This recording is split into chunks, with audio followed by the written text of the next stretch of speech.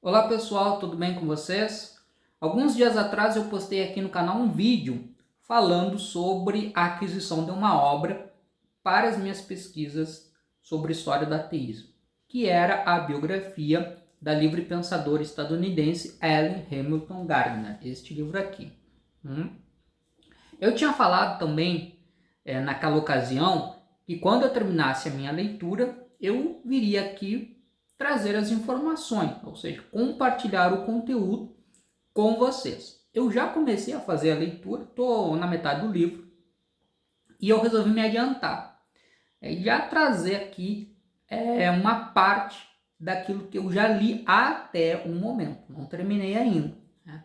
E o que eu queria compartilhar com vocês previamente é o discurso feito pela Gardner em 1884, chamado Homens, Mulheres e Deuses. Eu achei esse discurso algo fenomenal e vou pesquisar para ver se eu encontro o discurso na íntegra na internet. Tá? Mas aqui a autora da obra, a Kimberly, ela já dá um panorama geral do que se trata o discurso. Basicamente, esse discurso, que é um discurso que a Gardner faz nos círculos de livre pensamento, naquele momento, é um discurso onde ela vai fazer uma reflexão sobre a condição da mulher nos Estados Unidos. E quando ela fala sobre a condição da mulher nos Estados Unidos, na década de 1880, a Gardner está falando sobre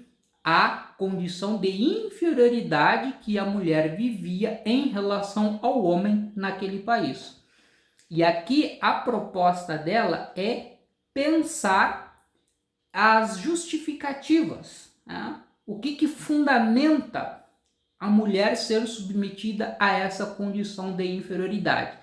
No caso específico desse discurso, ela vai falar sobre a religião como um desses fatores. Né? E eu digo como um desses fatores porque em discursos posteriores a Gardner também vai falar sobre a questão da ciência, mas aí já seria um tema para um outro vídeo. Tá? Então vamos aqui, homens, mulheres e deuses. Tá? Então o que ela vai falar em linhas gerais? Basicamente a Gardner ela vai comentar como a Bíblia é um livro, né, que traz uma série de histórias e uma série de ensinamentos que contribuem para colocar a mulher numa condição de inferioridade em relação ao homem. E aqui ela vai começar por um exemplo que talvez seja o mais famoso, que é aquele exemplo que está no livro Gênesis, do Antigo Testamento, sobre o primeiro casal, né? Adão e Eva, e o papel da Eva para a queda da humanidade do paraíso, que é a introdução do pecado através do ato da Eva em comer o fruto da árvore do conhecimento, que estava proibida para o primeiro casal como uma ordem de Deus. E o que a Gardner coloca a partir dessa história? Que, ao longo do tempo, as sociedades cristãs, sob influência então dessa narrativa, colocaram a descendência feminina da Eva como culpada pela existência do pecado no mundo e, consequentemente, utilizaram isso como um argumento para que o homem exercesse a dominação sobre a mulher.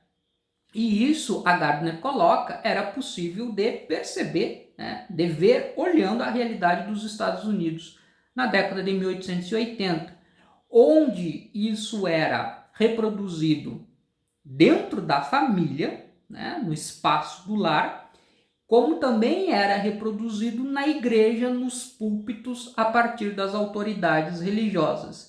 E como isso também era reproduzido na lei, né? Uma lei feita que colocava a mulher numa condição inferior na comparação com os homens e tinha uma influência, né, desse olhar religioso que era predominante naquele momento. Então ela diz o seguinte, ó, nas leis e nos costumes, a autoridade da Bíblia, ela reforça a subserviência feminina para com os homens de diversas maneiras.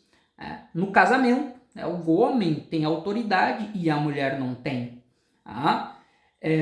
Quando o divórcio, o divórcio era algo que estava acessível para o homem, mas não estava acessível para a mulher. Se houvesse um divórcio, o homem, o marido, ele poderia ficar com a guarda dos filhos. A mulher, a esposa, não. Em muitos estados, a mulher não tinha o direito de propriedade a partir do momento em que se tornava esposa. Os seus bens passavam a ser geridos e passavam a estar no nome do marido. E ela fala, a religião tem um papel a contribuir para isso. E aí ela fala, infelizmente são poucas as mulheres que questionam a Bíblia e as suas lições que são reiteradas pela lei. E aquelas mulheres que ousam questionar são taxadas de insana, não femininas ou sexualmente perigosas. Ou seja, uma forma de estigmatizar a mulher com o objetivo de que ela não ouse questionar essa narrativa e esse tipo de discurso, que é uma das formas de dar legitimidade à dominação masculina naquela sociedade. Esse é o discurso da Gardner na década de 1880.